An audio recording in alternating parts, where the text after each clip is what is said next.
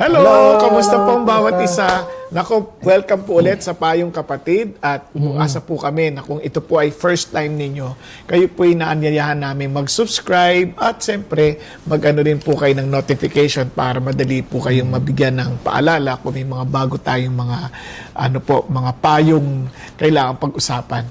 Ngayon po, pero bago po kami papatuloy, meron po kasi kami malaking problema. Hindi namin alam pa paano namin i-celebrate ang birthday dito. Malaking problema. Happy birthday! Thank you, kuya. Kaya, i-gcash yun na lang ko. Joke lang po. Pero, mga kuya, yaman lamang ay napag-usapan nating birthday. Talaga nagpapasalamat ako sa Panginoon kasi napaka-faithful talaga ni Lord sa bawat birthday at sana dumami pa, di ba? Kasi wish ko po sa inyo na umabot kayo ng 200 years old.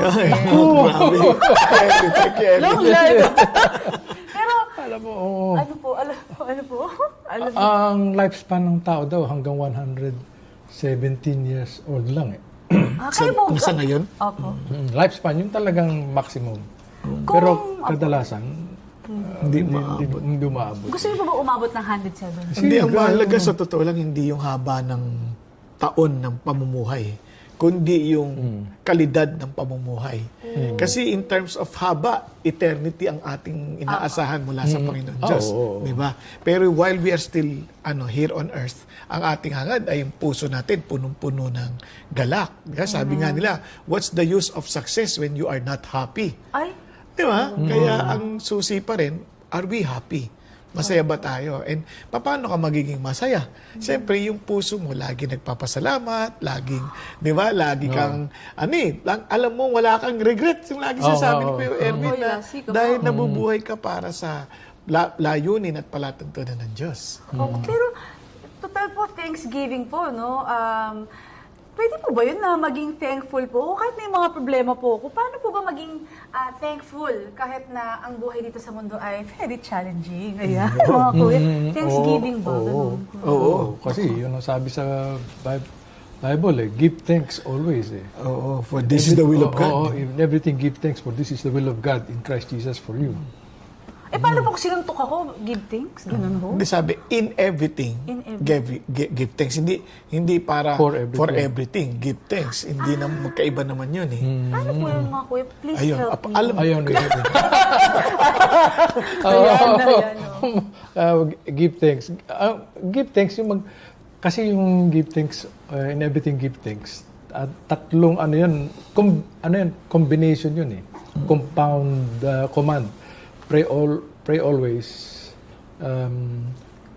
Pray without ceasing. Pray without ceasing. Tapos, In everything give thanks. Ano pa yung una? Yung una yun. tingnan lang natin. Saan po yun? Sa Thessalonians 5:16 to 18. First Thessalonians? 1 Thessalonians 5:16 to 18. New Testament po yun. Ayan. Rejoice always. Pray without ceasing. In everything give thanks. For this is the will of Christ. for you in Christ Jesus. Yun. So, hindi pwede yung rejoice always lang o pray unceasingly o give thanks lang. Magkakasama yun eh. Pag thankful ka, nagre-rejoice ka. Pag thankful ka, nagpipray ka parati.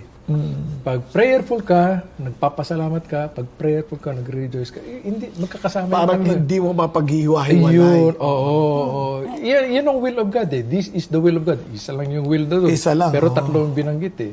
So, how do you give thanks sa ano? Number one, rejoice that you are a child of God. Number one, hindi nawawala yun. Kahit na ano mangyayari sa'yo, sabi nga nung sino yung author nun, si Viktor Frankl nun, sabi, in search of meaning, sabi niya, they can take away anything from me, but they cannot take away my freedom to respond to these things. So, hindi makukuha ng mga kaaway yun. So, rejoice. Meron ka pa rin dahilan para magpasalamat at mag-rejoice. At siyempre, manalangin ka parati. Yun. That's how to give thanks. Oo. Tapos ito maganda. In a practical way, bakit ka magpapasalamat kung dahil mong problema? Ayun na nga. Kasi ang problema talaga yan, ano rin yan eh, blessing yan. Ang problema, blessing.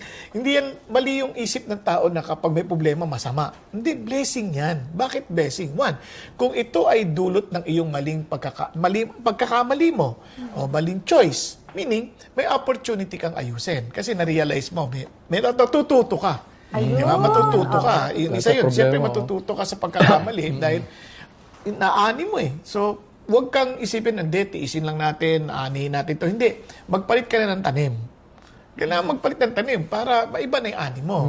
Diba? Kaya sabi nga ni Albert Einstein, kapag gagawin mo yung parehong bagay lang din, tapos umaasa ka ng ibang resulta, ano yun? Ang tawag doon, that is stupidity. Diba? Kaya kailangan matuto ka na. Pangalawa, kaya yan ay blessing kasi minsan protection yan sa atin. Ang problems po? Problems. Naalala niyo yung sabi ni Paul. Sabi niya, because of the surpassing greatness of the revelation, God gave me this thorn in the flesh, that I may not exalt myself. Di ba? Protection yun para eh. sa pride. Para hindi yumabang. Kasi yayabang siya eh. Isipin mo, kung wala tayong problema, akala natin Diyos tayo. Oo nga, oo.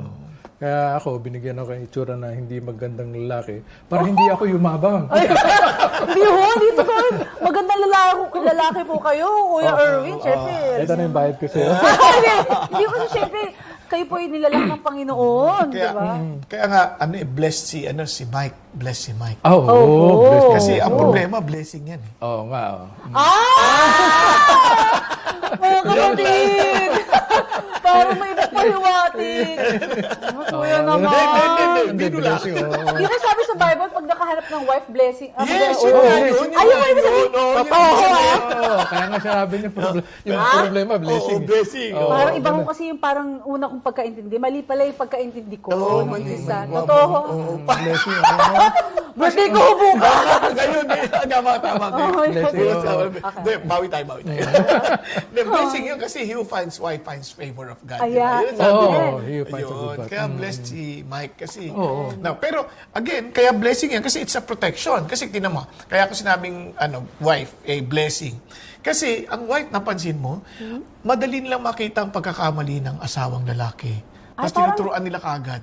Parang hindi ko alam yan. Joke lang. Tinuturuan nila agad. Parang tinuturuan nila lahat ng bagay. Yung pati pananamit, pati yung paghuhug. Lahat ng bagay. Ngayon, hindi ko sinasabing it only shows na yung mga babae gusto lang maging perfect yung asawa nila. Ganun. Kaya lang minsan nagiging nagger lang. Bago reminder. Hindi totoo. Pero blessing yun. Kung tatanggapin ng lalaki, blessing yun. Kasi, wow, sino magsasabi sa'yo ng bagay na ikakabuti mo? Sa bagay. Na hindi natatakot. Di ba, yung mga huwad na kaibigan, sasaksakan ka sa likod, pero sa harapan, ang bait-bait nila sa'yo. Lahat ng papuri, sasabihin nila sa'yo. Yung pala may tinga ka na, hindi na sinabi. Hindi, meron ba? Wala ako. Sabihin ko siya. Kasi pagka kaibigan totoo, sasabihin asawa, hindi natatakot sabihin sa'yo. Bakit po? Mahal ka eh. Kasi mahal ka na asawa. Gusto niya maging maayos ka. Tsaka maganda pa. Yung presentable ka. Ayaw niya yung kinahihiya ka niya. O mapapahiya ka, tapos sa public. Siyempre, nasasaktan din sila. Kaya lang, minsan, yung pagkakaparaan ng pagkakasabi, nakakahiya din. Sa public. Hindi lang Sa public. Paano po yung like sa aming mga wives? Kasi maganda manggaling po sa mga mentors natin, ito po mga asawang lalaki. Ito po ating mga mentors. Parang, ano po kaya magandang sabihin ng wife sa inyo na paraan? Paano po ba yung magandang, para sa inyo, ideal way na sabihin ng asawa ninyo? Yung mga, kunyari, sasabihin niya sa'yo, meron ba akong dumi sa mata? Meron ba akong... Sabi ko, wala, bakit? Buti pa ikaw. Hindi, ang sa totoo, yung paraan ng pagsabi, laging ganito. Isa lang hinahanap na lagi ng lalaki, di ba? Respeto. So say it in a very respectful manner. Huwag yung magmumukha silang hindi nag-iisip. ayun. Lalo na in public, mga kuya. Yes, of no? course. Huwag mo papakita na parang hindi, parang, pangit ang salita kasi sa Tagalog, parang ang bobo ng dating, di ba? Dapat may respect parati. May respeto. Isipin parati. Laging, Always. kaya mo nga ayaw siyang mapahiya, para hindi siya ma-disrespect. Tapos ikaw yung pagkaraan ng pagsabi mo, very disrespectful. Parang ang laking disconnect, di ba? Opo. So, kailangan ganun din. Oo. Kaya blessing yan. Oh, napunta tayo sa dyan, dito tayo sa pasasalamat. Oo nga, oo. Kaya yan, is a blessing.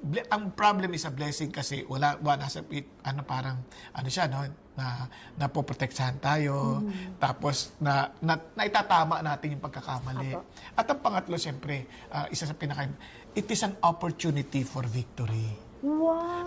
Kasi paano ka magkakatagumpay kung wala kang problema? Kunyari, si David, hindi siya nagiging matagumpay kung walang gulayat na napagtagumpayan niya, di ba? So yung problema, opportunity yun para magtagumpay. At opportunity lalong makilala si God. Kasi lalo kang aasa kay Lord eh. Kaya nga sabi ng Bible, consider it all joy, my brothers or my brethren, when you encounter various trials. Di ba? Ang sarap nun, ano? Bakit? Bakit nagiging yun? Bakit kailangan mag-rejoice ka?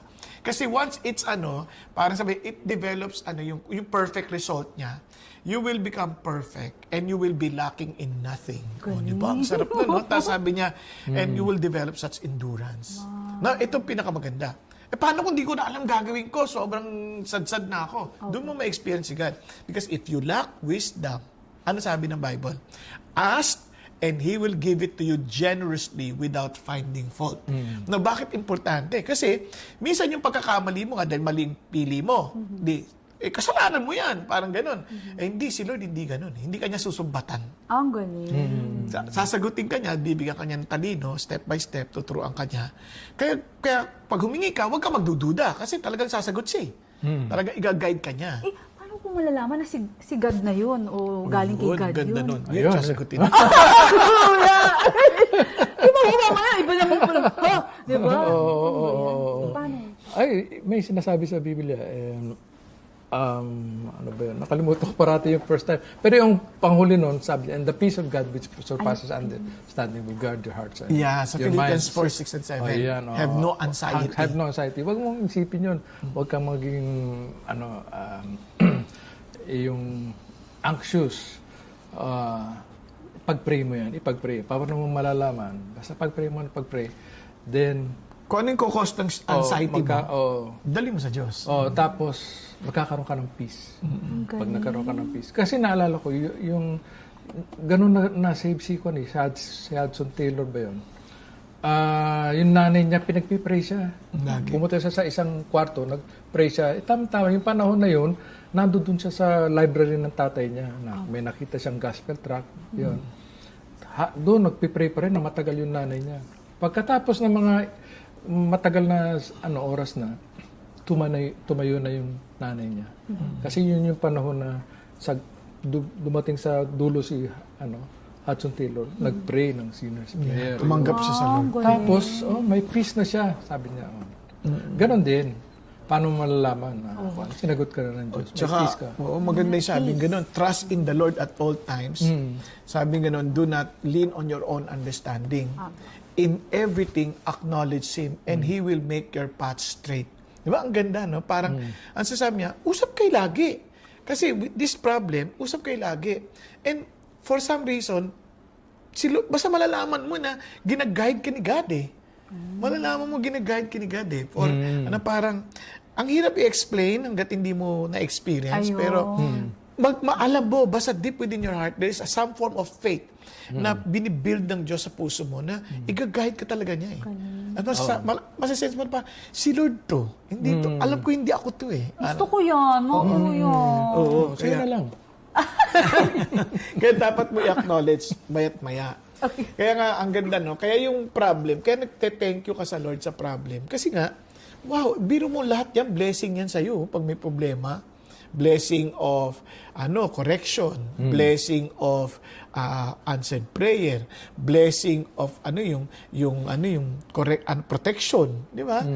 May protection ka pa, meron ka pang ang tawag dito yung opportunity ng victory. Tapos, di ba, ang sarap. Pero mga kuya, paano yung kunwari, may nanonood ngayon na ako magpapasalamat na nangaluwa yung asawa ko? Magpapasalamat ako doon? At least hindi ikaw ang nangaliwa. Hindi kasi isipin mo. Siya may consequence yun. Hindi naman yun. Ikaw nangaliwa yun. May consequence yun. Ikaw, buti sana kung consequence yun, pansamantala lang. Kung eternal consequence pa yan, Di ba? Magpasalamat ka na hindi ikaw ang... So ganun pong mindset. O kasi sabi ni Paul, maano ba naman ikaw na malamangan? Huwag na lang ikaw ang manlamang.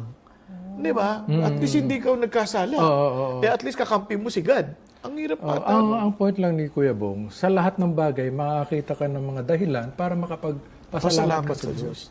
Hindi yung wala tayong pagdadaanan ng mga bagay na wala talaga tayong mapagpapasalamatan. Kunyari ako, naranasan ko na lahat, namatayan ng anak, namatayan ng asawa, ganun, nagpasalamat ba ako? May kasama ng pasasalamat yun. Parang hindi ka naman nagpasalamat dahil nangaliwa. Kunyari, sa pangangaliwa niya, nagpapasalamat ka pa rin sa Diyos na meron ka matatakbuhan. Kumbaga, in everything, give thanks, di ba? Hindi naman for everything, yung naisasabi ko, dahil, Lord, nasasaktan ako, pero thankful ako dahil andyan ka. Tutulungan mo ako matawid to. Di ba? Katulad nung namatay. Hindi mo madali yun. Alam mo, siguro, thank you, namatay tatay ko. Ano ba yun? Siyempre, hindi naman, di ba? Lord, masakit po ito, pero nagpapasalamat ako, nandiyan ka. Kayo ang totoo kong tatay, kayo ang tutulong sa akin, matawid ko to. Kaya in everything, give thanks. Kaya ako, isa sa mga pasasalamat ko, kahit na wala na dito yung kunyari, asawa ko, na pinagkaloob mo pa rin sa akin, Panginoon, na maranasan ko yung buhay ng isang anak mo na makasama namin.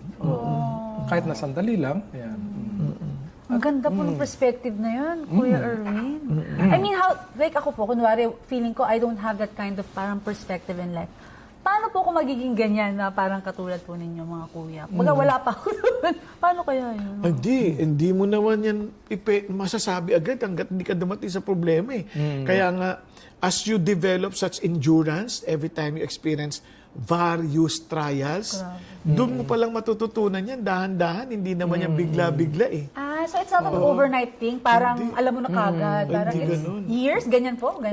Sa experience po rin, sa biyaya ng Diyos. Tsaka you always commune with God. Importante, you always come to God in prayer, you spend time with the Lord. Kasi kung sanay kang tumakbo sa Kanya, every time na merong nagiging default mode mo, ang lumapit sa Diyos, di ba? Pero kung sanay ka na tumawag sa kaibigan kapag may problema ka at hindi sa Diyos, di kaibigan mo tatawagan mo.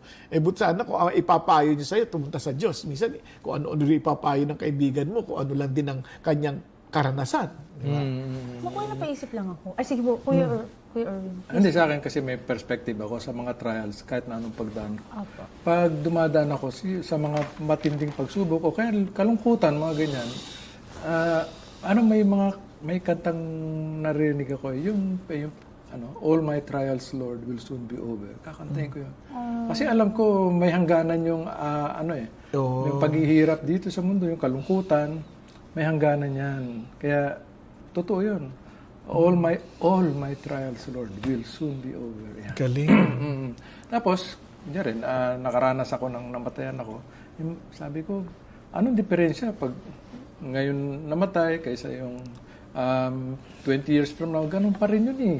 Mawawala pa rin yun, mamimiss ko pa rin. Pero, magkikita pa rin kami sa langit. Kaya, katulad nun, sabi ni Erwin, hindi nagtatagal ang bagyo, pero hindi mo maiiwasan. Ayun nga. Kaya importante yung foundation ng buhay. Kaya sabi ng Bible, therefore, everyone who hears these words of mine and acts on them may be compared to a wise man who builds his house on the rock. Kung maalala mo, ito yung sa Sermon on the Mount. Si Jesus Christ yung nagtuturo. Now, ito isang bagay na dapat natin maintindihan. Dito, ang pundasyon mo, kinikilala mo si Jesus. Kasi parang kung ikaw yung nakikinig na una, yung mga Hudyo, nakikinig sa Kanya, why will I listen to you? How can you guarantee na matatawid namin yung mga bagyo? Dahil sa sinabi mo, bakit? Diyos ka ba? Di ba? Di ba? So it's like saying na, will you accept me as the Messiah, as the Savior, as the Lord in human form? Di ba? Parang, di ba? Parang part of the triunity. Kaya parang sasabi niya, if anyone hears the words of mine and applies them, wow, wise ka.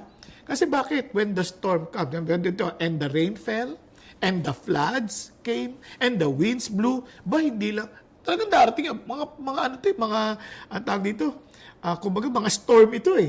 Di ba? And sabing ganoon, and slammed against that house, and yet it did not fall, for it had been founded on the rock. So, pag ang foundation mo si Jesus, yung kanyang salita, pinangawakan mo, sabi niya, tibay niyan. Tibay niya. Kaya yung sasabi mo, paano ko ma-experience yan? Let Jesus Christ be the foundation of your life.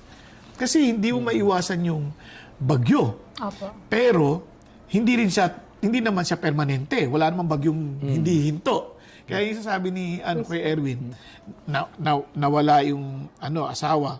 Pero bakit ka alam mong magkikita kayo ulit? Kasi you're founded on Jesus that who promised eternity because of his life, because of his death, because of his resurrection, yung ganon. Kaya ito yung hope ko. Not because of my goodness, not because of my performances, kasi kung yun lang, paano ka makakatiyak magkikita kayo? Oo nga, Di ba? Pero dahil ang standard ng Diyos si Jesus, siya yung nasa atin, ay naku, praise the Lord. Di ba? Maganda yung pundasyon. Pero kung di ka makikinig kay Jesus, wala, babagsak ka. Kaya sabi niya rito, everyone who hears these words of mine and does not act on them will be like a foolish man who builds his house on the sun. The rain fell, the floods came, and the winds blew and slammed against that house. And it fell, and great was its fall. Kawawa, no? Ang laki ng kawalan. Oo. Di ba? Actually, parang tama po ba yung naintindihan ko na medyo mabigat na we are foolish pag we do not listen to God's word? Foolish? Not to acknowledge Not to Jesus. acknowledge Oo. Jesus. Kasi si Jesus nagsasalta dito eh. Grabe. Di ba? Words of mine. Di ba? Wow. Parang hindi mo pinanghahawakan. Hindi ka nagtitiwala sa sinabi ni Jesus. Parang sinasabi mo na rin, wala yan. Hindi mo kayang pangatawanan yung pinangako mo, mga pinasasabi Oo, mo. Di ba? Kaya it's one way of acknowledging kung sino siya. Mga kuya, total Thanksgiving naman po. Kasi naalala ko po may story sa Bible na may 10 lepers po ba yun? Tapos pinagaling ata sila ni Jesus, pero isa lang daw po yung bumalik. Tama po ba? I mean, para magpasalamat. Pasalamat. Parang, kasalanan po ba na hindi ako magpasalamat sa Diyos? Kasi parang, yay, magaling na ako. Parang, okay, busy na ako. Oh, yeah. Kasalanan po bang hindi mag-thank you kay God? Is it a command to thank the Lord? Oo. Eh, you sabi kanina. Oh, give thanks pala, always. nasabi. Everything give Ay, thanks. give always. For this is the will of God. Oo, this is Nagre-rejoice ka, yun, kunyari, gumaling ka, rejoicing ka na. Siyempre po. Pero nagpe-pray ka pa ba? Nagpapasalamat ka sa Diyos na nagpe-pray ka na pinagaling ka at Joyful gamitin ka yung ba? lakas mo. Oo. Tapos, magpapasalamat ka. Oo. Sobrang saya ko po. Nakalimutan ko magpasalamat. Ayan ako mga respectable sins na sinatawag natin. Nakakalimutan natin magpasalamat, magalak sa Panginoon, manalangin. Pero Kasi pag di ka nagpasalamat, ano pang sinasabi mo? Ikaw nagpagaling sa sarili mo. oo nga. Ay, ganun ho ba yun? Oo, parang hindi ka nakadepende sa Diyos niyan. Pero alam niyo po, naalala ko po mga kuya. Ito, bago ko po kayo hingin ng words of encouragement, minsan yung buhay pa yung daddy ko. Kasi yung daddy ko, galante siya, mahilig siya magbigay ng, ito, anong size ng sapatos mo, ganun siya. Ba't hindi mo Sayang sinabi dito. sa... Hindi natin nakilala. Oo nga. Nakilala ko pero late na. Oo nga, Sayang. ang gaganda pa naman ng mga baro nun. Anyway po, ganun siya po, sabi nga niya, alam mo anak, pag medyo ganun ka, hindi ka, yung blessing, hindi, parang hindi dadating talaga. Kailangan, yung mapagbigay. Minsan may binigyan siya, ito sa'yo na. Tapos sabi nung binagbigyan niya, pwede na to. Medyo parang, kamot. Parang ang point ng dad ko, ako, wala naman ako hinihingi sa inyo. Magpasalamat lang. Okay na ako doon. Pero naisip ko na, ganun po ba yun? Parang, as our Father in Heaven, parang masaya si God pag, Lord, thank you, ginising mo ko ngayon. Lord, thank you sa food ko. Ang sarap nung, beef kanina. Ganun.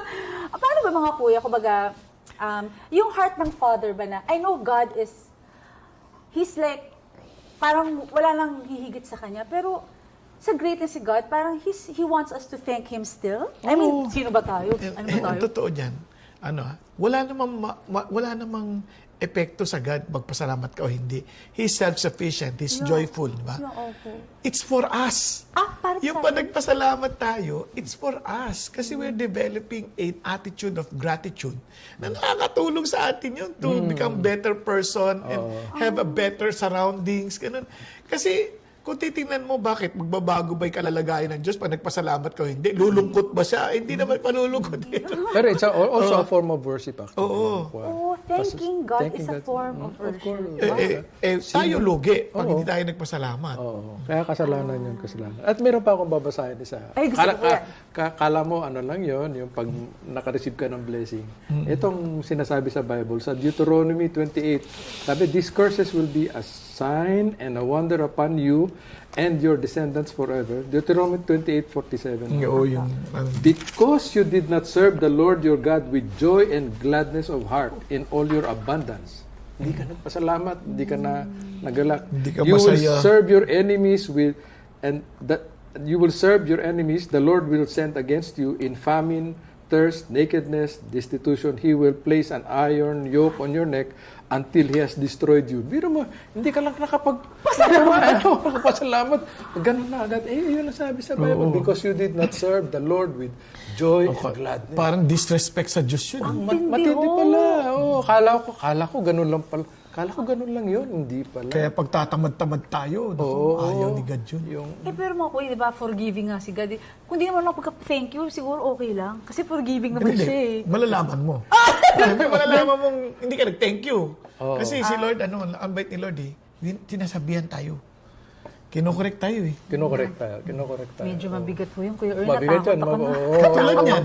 Serve the Sabi Lord. niya, sige, magsisilbi kayo sa iba. Di nare-realize mo, nagkamali tayo. Hingi tayong tawad kay Lord. O, di ba?